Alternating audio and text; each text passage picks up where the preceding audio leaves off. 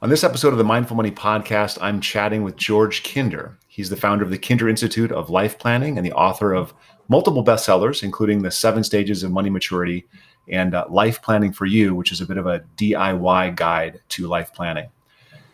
He has won many awards in the financial planning industry, including the Financial Planning Association's first ever Heart of Financial Planning Award. He's been named one of the 35 most influential people in financial services. He's been named a top icon in financial planning, one of 15 transformational advisors whose visions most changed the industry. He's been featured in every media source and interviewed by every great pundit covering the industry for the last 40 years. And he didn't blink when I invited him on the Mindful Money Podcast. So I very much appreciate his being here. His most recent book, it's an ongoing effort, Reflections on Spectacle Pond. It's coming out serially in a weekly email, and we're going to show you how to get that in the show notes below. George, welcome to the Mindful Money Podcast. Great to be here. Thank you for bringing me on. You bet. So where do you call home, and where are you connecting from now? Right now I'm in Massachusetts, and for the entire COVID time, I've pretty much been here. But as you probably know, maybe other people's don't, I've spent a lot of time in Hawaii, mostly in a very small kind of outback, almost indigenous community known as Hana Maui. And I also spend a good deal of time in London. I love the charge of the city there. Here in Massachusetts, we live on a pond, not far from Walden Pond, where Thoreau wrote his great book. Where'd you grow up? I grew up in St. Clairsville, Ohio, which was a very conservative, rural.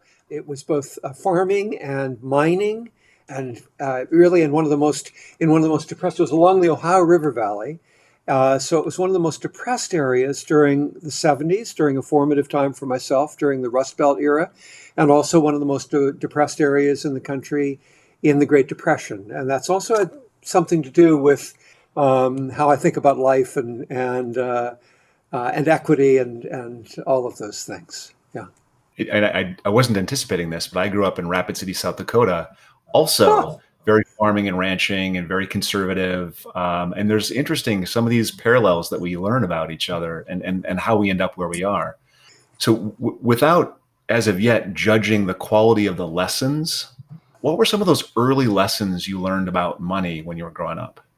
As I've maybe matured or aged or whatever it is that's happened to me as I've grown older, I've changed my thoughts. Originally, I thought it was about the paper route I had and about the poverty that I saw around me and the value that I saw in books in our family. I'm seeing the books behind you, and we had a library of books that was just incredible. As I've grown older and kind of explored more, I think that the lessons were deeper and earlier and richer, and went back even before money was a conscious thing for me. In fact, one of the memories that I've worked back to, I've always been fascinated with how it is. What's the experience that we have as we come into life, and what was the experience that we had before we entered life in the womb? And I've worked my way back to very early experience of actually popping out on the world and being put on this hard kind of antiseptic surface in a hospital, right? As they check to see if there's any bacteria there or anything like that. And I absolutely hated that experience. It was intense for me because it was so unlike anything I'd ever experienced before. And then I was so relieved to find myself on my mama's belly and her chest and at her breast. And it's funny, we don't have those memories verbally because we didn't know English or whatever language we speak. So I had to reconstruct it both from feelings and from visual memories. So that abstraction of being on the hard surface isn't that different from money. Money's an abstraction. What's important is life. Each of our lives and the freedom that we feel in life, the richness of that life. So that was really, I think, and that feeling worked its way through in many different ways in my life. and became part of the reason that I'm known in the field as being the person who introduced life planning for the financial planning audience. Yeah. I love the idea that the hardness of the surface, like money, is an abstraction. And at the same time, I want to have a conversation that sort of make things concrete. Can you point to like what does that abstraction mean, and what do you draw from that in terms of now that you've aged and you're experienced, what sort of money lessons do you learn from that really early trauma? Yeah. Well, the deepest lesson and the most important one is that your life, most important thing you got, and live it richly and to the full. That's the most important lesson. But at the same time, looking back there from now, back at the abstraction of the Ohio Valley General Hospital and the doctors and the machines that were whirring around me, I realized that if I hadn't had that experience, gosh, just knowing about early births and devastation that they caused mamas and children in the early days, I might not have survived. Hmm. So the architecture that we create. Here we are. I'm looking at your architecture of the holding the books, and it's holding the paintings, but there's also machines there, and this architecture that we live in is incredibly valuable for us. And money provides an extraordinary architecture for our freedom, just as much as a home does. So how we approach money so that it actually gives us the skills to thrive with all the freedom we can imagine. Wow, that's the best way to do it. And I think one of the phrases that you've used, and one of my favorite phrases, is to keep it simple.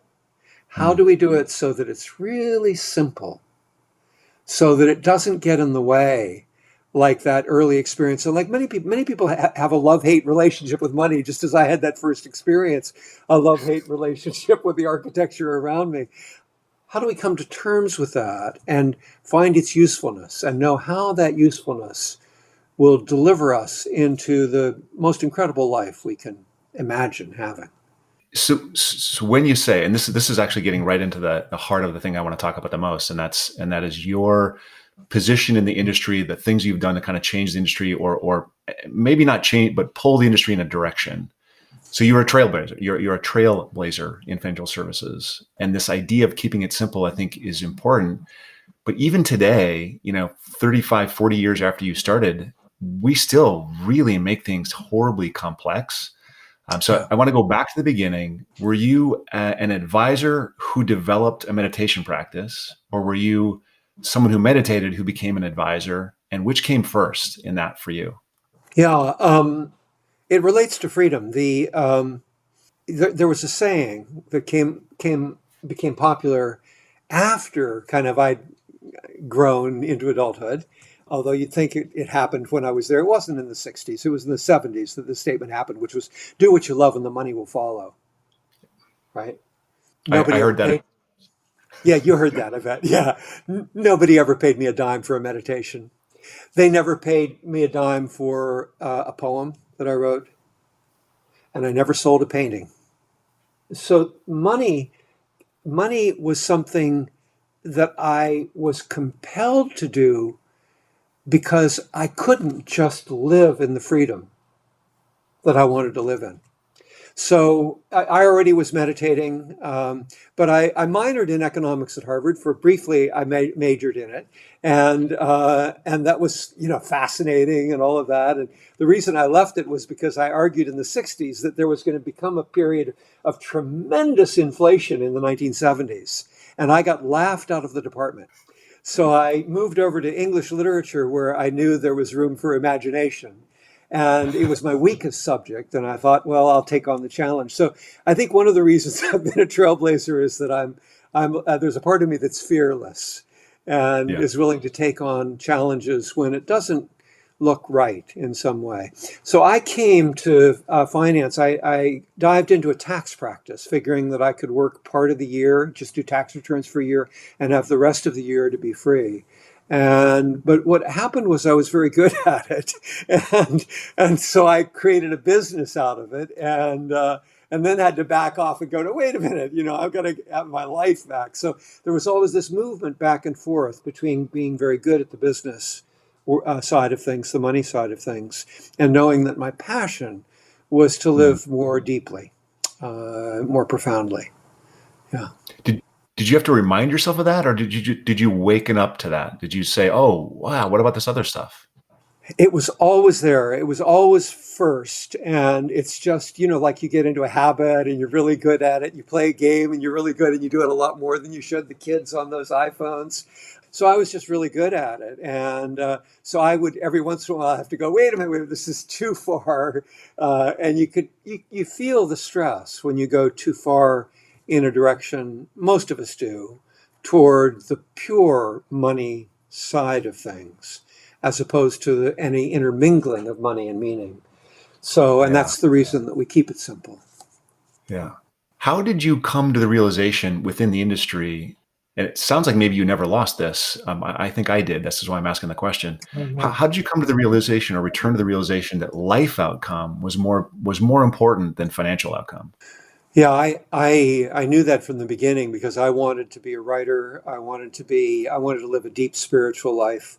I wanted to be a painter, and there was no place for me to do it. People told me, career counselors would say, "Well, you like to write. Why don't you become a journalist?" and and then or they'd say, "Gosh, you love painting. Why don't you become a graphic designer?" And right from the beginning, I just thought, no, they don't get it. They're trying to mold me into an economic life. I want to live with my writing, with my spirit, with my graphics, with my art. I want to live like an artist. I want to live completely free in that world so that what I bring into the world is pure and unusual and intriguing and not governed by financial forces. So I had that all along. There was this struggle to maintain that spirit of freedom, to acknowledge it, to embellish it, to strengthen it, to build walls around it, to preserve it, whatever I needed to do. So Yeah. I somehow I knew it from early on. That's the reason I took you back to the birth memory, because I think it Yeah. just happened early on. Yeah. I have so many different questions here. The one that's sort of come to the top is, do you think I don't know what your history was other than, Ohio and I don't know if you were born with a relatively lesser means, but I do know you went to Harvard, so maybe not so much. Do you think that's a real privilege to be able to focus on that? Yes and no. I feel that it's a necessity. As far as we know, we're only born once. I mean, you go over to Asia, you go to India, and they may be born multiple times, but here in America, most of us feel like we're only born once. And boy, you better make something of it. And so I feel that it's a necessity. And one of the works that I'm working on now is something I'm calling the three domains of freedom. And I'm really arguing that those domains should be our focus and should be I mean, here in Civilization, my most recent book before the Reflections on Spectacle Pond was about civilization. And I argue in it that we need to expand the freedoms. It's not just freedom of speech, but we need to feel freedom inside of us, and that. So I feel that it's a necessity for me. It's like breathing. I need enough oxygen to be able to breathe, and I feel that most people. I mean, I've traveled the world. I've trained people from 30 different countries in life planning, and spent some time, wonderful time in India with financial advisors, bringing them back to their meditative roots at times. And I feel that whether we're in cultures of poverty or we're in wealthy cultures, everybody has a dream of freedom. And for Hmm. everybody, it goes deep in here. For most of us, it has to do with family, but there's something about the environment that's there for everybody. There's something about the spirit that's there for most people. So I think that kind of freedom is not a luxury, is not a privilege, but is a necessity. And we better pay attention to that in the West. It's time for us to expand those freedoms. and not to diminish them or.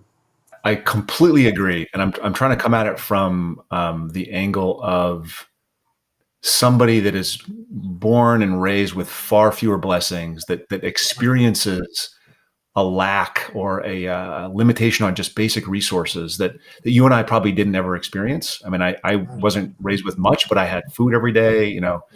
um, and I think to them, looking at us talking about this, they would say, "Wow, you can do that." You may say it's a necessity, it's not a privilege, it's a right, or it's a responsibility even. But to them, it'd be like, I can't see that. You can. It's Yeah. easy to talk about it from a point of privilege. Yeah. I think that I hear that a lot, and I hear it mostly from people of privilege imagining what it is like for someone in poverty. Occasionally, I hear it from someone who's very angry, very upset about life, who is Yeah.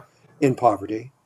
But most of the people I've known who live in poverty or who have lived in poverty would argue the opposite. I have every much as much right as you do to my dream of freedom. I have as much right to my life of spirit as you do. This is not about privilege. This is about being a human being. Each of us are human beings. I mean, I think the Dalai Lama said this, but I totally concur. I think that it's an enormous moral failure in America and in the West that three men own as much as half of the American population own. I think that's immoral. And so someone might say you have a position of privilege. Well, wait a minute. Let's look at people who have a position of privilege and let's do something about it. And that's something that I'm all in for. And we can Yeah. join around. We can get separated if we forget that fact. Um, Yeah. That was a bit of a tangent from my my intended direction, but I appreciate you working with me on it. What was the stimulus to go from artist, painter, poet, maybe advisor to training advisors? How did you make that transition? Wonderful, wonderful. And by the way, I loved the transition. That was great. And I mean, too much we talk about money, and you and I in particular, coming from the financial world, we're going to talk about it in terms of financial planning, life planning, proper financial advice, good financial habits, and all of that. But if we forget that it also has roots in the structures of civilization, and that a lot of the problems that we have roots in those structures, I think we're failing. We're failing the ourselves, and we're failing the industry. But so you've now come back, and that's great. And the question was, how did I go into the finance? What was it? No, the question is, how did you move from, because I'm imagining you early Oh, to on, you're a train. poet. Yeah, yeah, How did you start training the trainer? How did you say, you know what, yeah. I think I can advisors on doing this better? Yeah, it was dumb luck. I had a girlfriend who pushed me into it, and, and Always the case. Always the yeah, isn't it? case. But it was great. I mean, I was off in Maui and renting a place very on the cheap, but a big long lawn out toward the ocean, and it was just incredible. And I got something in the mail, and she said, "You got to speak at this conference, George." And I said, "No, no, I don't speak at conferences." And she said, "No, no, you believe in this." And she talked me into. She said, "If you don't call them and talk your way into speaking this conference, I'm going to call them and put and make sure you get in there." So I got shamed into doing a talk in front of what was the early stages of the FPA before the FPA came out, and it was enormously popular. And I suddenly realized I had an audience I didn't realize that I had. And from that, I partnered with one of the leaders in the Financial Planning Association, or back then it was the ICFP, named Dick Wagner, and we partnered in creating a think tank. And then I broke from that think tank after 13 years of partnering with him. I broke and created Kinder Institute. But the notion was, I'm passionate about freedom. I'm passionate about delivering it into my client's life. Was passionate first about finding it for myself and living it myself, and it became a no-brainer. If you're if you've got a way of doing it, gosh, let's train people in how to do it, and get everybody primarily focused on the freedom for their clients and for themselves. Wow. So I had anticipated a little bit of a different direction with this, and obviously, anticipation always gets you in trouble. But when I took my practices, so I started in Yeah, 1996, and yeah, I had been meditating, but I didn't really bring meditation or mindfulness into the financial practice. I went deep into brokerage world and selling product and sort of doing the wrong thing. Um, and it wasn't until a conversation with Alice Walker where she said, why don't you bring these two parts of your life together? I think you'd be a lot more valuable if you did yeah. this. But that was 20 years later. So I was going to ask you, things like, was it hard for you to bring the two together? But for you, it was just completely natural development. For me, I was afraid it was too squishy, that I would be judged by the industry. You were like, screw all that. I'm going to drag the industry with me. Do you get that sense? Yeah, there's a lot of truth to that, Jonathan. And at the same time, I mean, we're all human, and you can't help but feel that you're being judged for it being squishy. Or I remember the one of the first talks I gave to over 1,000 people, that there was I'd say close to 10% of the audience walked out. And one of the write-ups said, this fella George was talking about psychology. He belongs in an institution. He ought to be institutionalized. They were that antagonistic to notions of emotional health, and that they might not have emotional health as financial advisors, and that their clients might be looking for empathy or looking for a great listener, or looking for someone to be on their side, human, in a humane way. So I got that anyway. But yes, I was at the same time, the heck, I'm doing this, man. But you still feel shaky. You can't help but feel shaky at times when you get those kinds of reviews or that kind of response. It's the price of leadership. It's the Yeah. price of leadership. Yeah. So that being said, it's interesting to me that the thing that you focused on, you had 1,000 people in the audience, 100 left. And the thing you focus on is the 900 stayed and Yeah. probably drank it in like, oh, we've wanted to hear this. Um, Yeah. and the thing Yeah. that's like the hedge is, oh, but Yeah. 100 left. Someone Yeah. wrote something bad, right? Right. Yeah. Yeah. The first article I was in, I mean, this is one of those lessons where you learn that that all news is good news in a way. I was first time I was in the Wall Street Journal. It might have been the first time I was in a major publication of any kind. They had my picture in the on the front page of the Wall Street Journal, and it was famous. I think Dick Vodra, who was a leader in the Nasruddin community, said George is famous for being the first person ever to appear on the front page of the Wall Street Journal in an aloha shirt. But the article mocked what I was doing. I was the first person talking about the psychology of money, and it mocked that. In truth, I got a bunch of calls from psychologists, from therapists, from counselors going, right. So all Yeah. publicity is good publicity. The frame comes. Does it disappoint you at all these years later? And I looked at these numbers on your website, 4,000 advisors trained in life planning.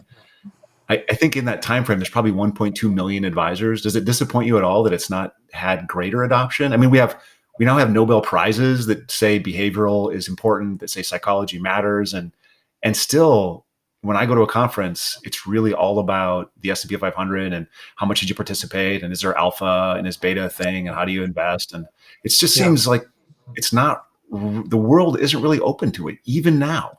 Even now, and even the behavioral stuff is a lot of analysis, and it's fine tuned and often about how to sell better, maybe, or how, where your clients have weaknesses and vulnerabilities that you might be able to exploit. I mean, it's not the Right. good stuff that you would hope. And similarly, the CFP board recently added the psychology of money as being one of the elements. And again, it's very much an analytic orientation, as opposed to how do you serve your clients to discover what is their dream of freedom and how to deliver them into it in the deepest and most humane possible way.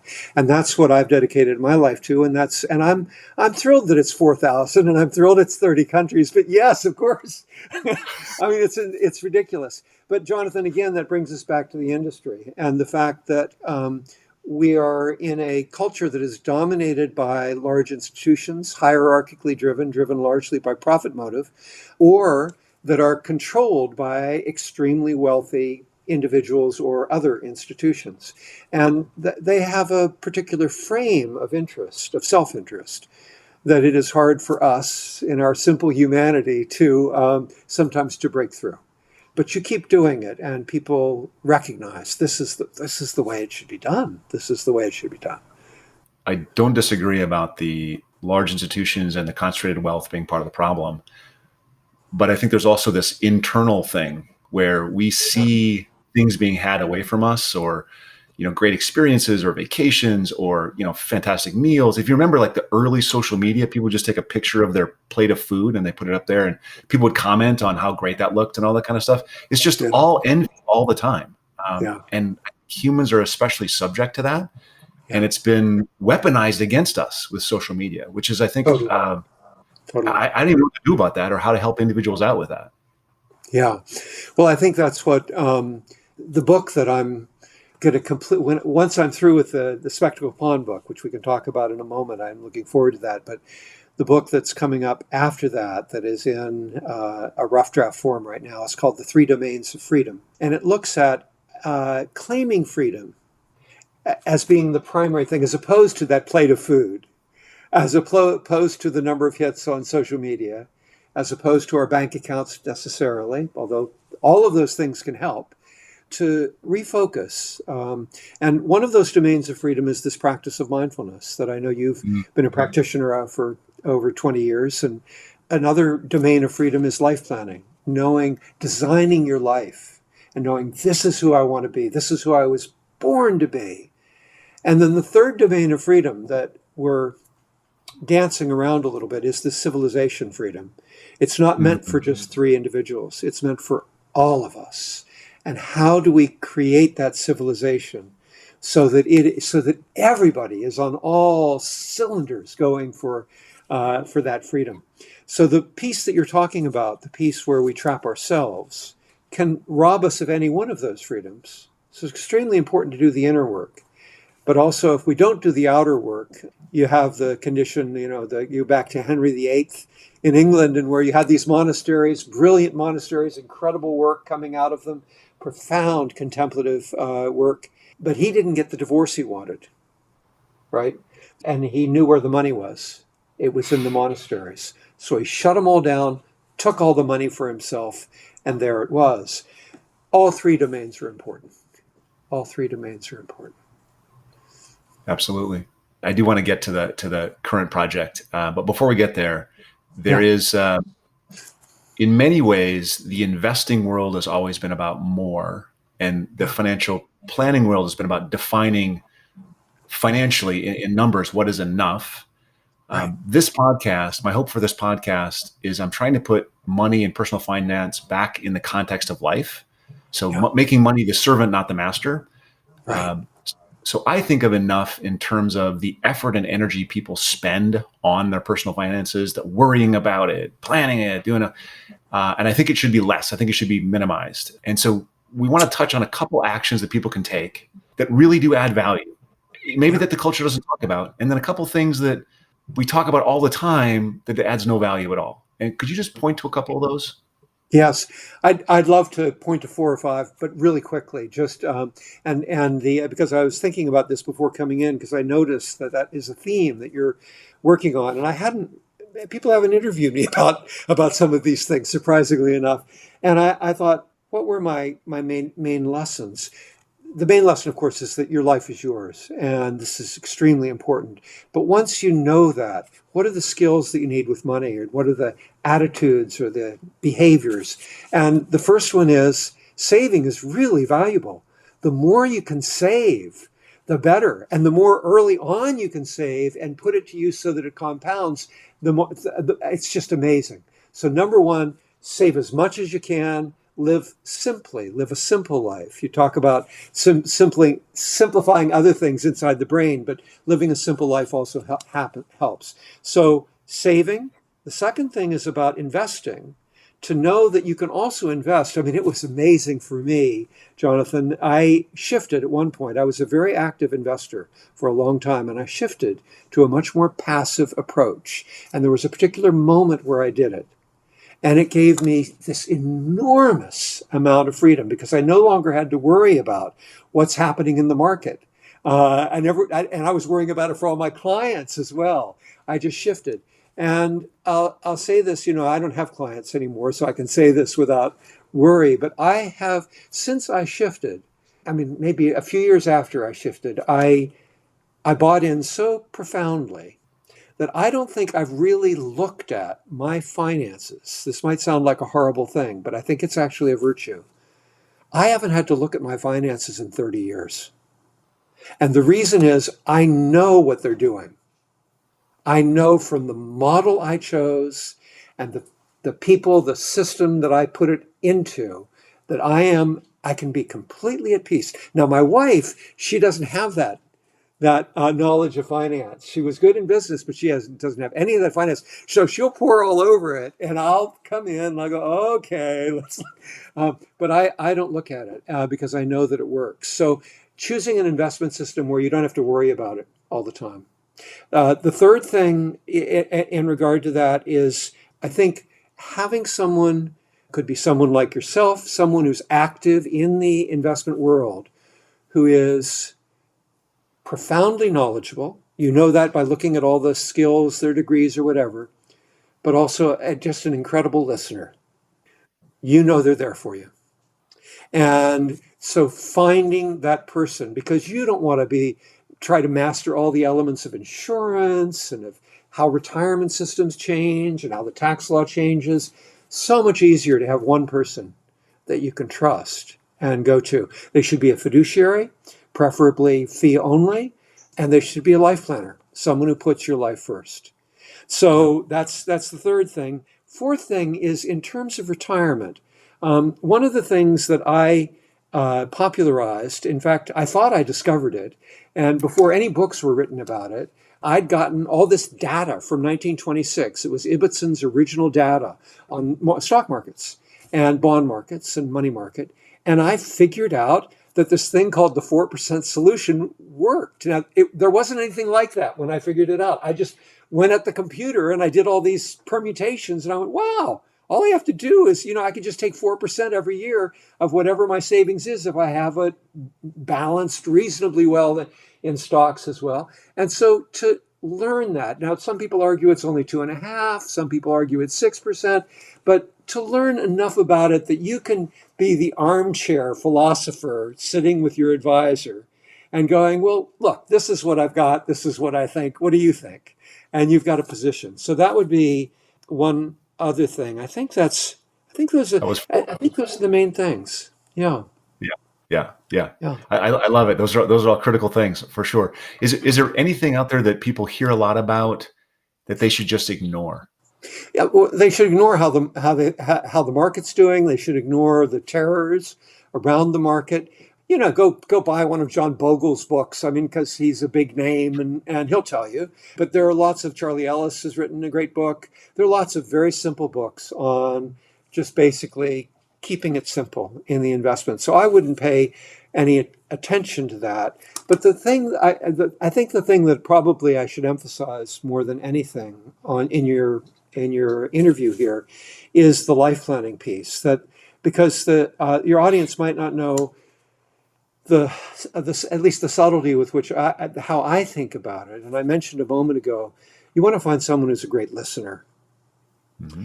And the reason that I do mindfulness, I do mindfulness because it works and it's made my life. I've done it for hours a day since 1969. For over 50 years. I've done it for hours a day. And I do it because it brings me more freedom. It gives me more courage. It gives me more quickness, mental agility, more alertness, brings a lot of equanimity, brings energy, brings happiness, all of these great things. In the financial world, what's quite wonderful is that actually what mindfulness is it's a practice of inner listening. And that's the subtitle of one of my books. I wrote one book on meditation called Transforming Suffering into Wisdom. And it's the art of inner listening. And all you're doing is really listening inside yourself, learning to listen without reacting, without judging, just there just listening. And if you Noting. think about it, isn't that what we want from the people we love? And isn't wouldn't that be the best thing to have from an advisor? Is someone who is really just totally there without judging us, without reacting to us, really listening. So that's one of the ways that I've brought mindfulness in, was that it just seemed the right thing to train people in. And then I've made their lives happier too. It's been wonderful because, of course, they love it and they establish a practice. But anyway, the life planning is a lot about listening and then inspiring the client to articulate what would be the best life they could have. And we have many things. I'm famous for something called the 3 questions. You can find them written up all over the place. But to be inspired and to find someone who is as inspired by your dream of freedom as you are. And Yep. that's a great life planner. Yeah. Absolutely. Amen. So tell us what you're working on right now. Tell us about the on the pond. Yeah, great. All right. So I mentioned earlier that I couldn't get anybody to pay me a dime for my meditations or my photography or whatever. So I'm giving my book away for free. And you can all get it. Go to georgekinder.com and you'll find a thing. You have to subscribe, but you get it for free in your email. Once a week, you will get, I think they're beautiful photographs They and are. wonderful. They are. I subscribe. They're Oh, beautiful. you did? Oh, Yeah, thank believe you, yeah, my friend. yeah. Yeah. And poetry of the moment. It's really mostly, it's a poetry exploring how we can live more in the moment and a lot in nature. So I view it as an environmental work as well. My dream of freedom had 3 elements to it, my life plan. One of them was I wanted to live in the weather. The second thing was that I wanted to create illuminated manuscripts. And the third thing was I wanted to live a deeply spiritual life. That's what I really wanted. And so I've put it all together. I arrived at this place called Spectacle Pond. I've got a little peninsula that goes out into an 80-acre lake. And I saw it and I went, this is where I'm called to do my work, my legacy. And so for 30 years, I've been taking photographs and writing poems every day. And now I've put them together at first in a weekly edition. And then I'm just working on, I'll finish it within a year, the daily edition. I'll have almost 1,000 pages of photographs and poetry going through every day of the year. And so, anyway, you can get it for free. And I'm finishing that up, and then I'm going to probably go back and work a lot with civilization. I think it's really important that democracy thrive, that the planet thrive, and I think it's our responsibility to do it. We can get codependent and think it's their responsibility, the governments or the industries or whatever. I think we've got the responsibility, and I think we can make it happen. So Yeah, I think we can. that's yeah, Yeah, yeah. it's beautiful. And just so everyone knows that's listening, if you sign up today, you have access. And I learned this. I asked Laura, and Laura said, yeah. Here's a link. You get all the access to the old ones. You don't miss anything. You get to go back to the beginning and start from the very beginning. You don't miss the first couple months if you sign up today. Yeah. So I want to say thanks very much for coming on. It's getting very close to the end here. I like to close with a couple questions that I think we should be allowing ourselves to do more often. So the first one is, what is the last thing that you actually changed your mind about? Wow. What is the last thing I actually changed my mind about? Wow. I'm sure it was something as simple as will I have coffee or tea? Um, um, in terms of my life, there was a major change that occurred at one point where I fell in love with London, and I had no idea that that was going to happen for me. And that happened quite a while ago. That happened a decade or more ago. And then I just started going there a lot. The thing I have noticed is that when I do change my mind, I move immediately in that change.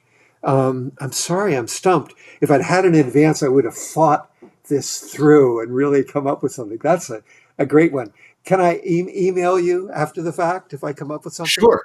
Yeah, Yeah, absolutely. I'll put it. I'll great, put it in the notes. Absolutely. And great. it's if I give you a heads up on it, then we don't get this honest moment. So I Yes, yeah, appreciate great. this. The second thing is there, and this is I've heard this before, and I've loved some of the conversation this has stimulated. But is there anything about you, the world of financial services knows you, you've been on covers of magazines, Wall Street Journal, et cetera. Is there anything that people don't know about you or that have experienced you and may not remember about you that you really wish they'd remember or know? Well, I think what that brings up for me is the question you asked earlier, the kind of the psychological question that you and I can get troubled by at times, which is that response of the industry to what it is we're trying to do. When I think about what I would love as a tombstone, if what people might say about me is that he encouraged us to be more of who we are. He encouraged us to be more ourselves. I got shivers. So I think that should be on your tombstone, Yeah. for sure. Yeah. Tell us how people can connect with you. Give us the URL for the subscription, and then we'll go from there. Great. The two websites, and Laura often responds for me, which is just fantastic at my age and condition of life. But the kinderinstitute.com is we have a register of thousands of financial advisors from all over the world and life planners. And georgekinder.com will cover some of those things that you just mentioned, some of those things that people don't know about me that you might not know about me. georgekinder.com. Yeah. Great. We'll make sure that's all in the show notes. And I just want to say thank you for being here, for being willing participant on the very beginning of the Mindful Money podcast. I appreciate it. Great. Wonderful, Jonathan. Thank you.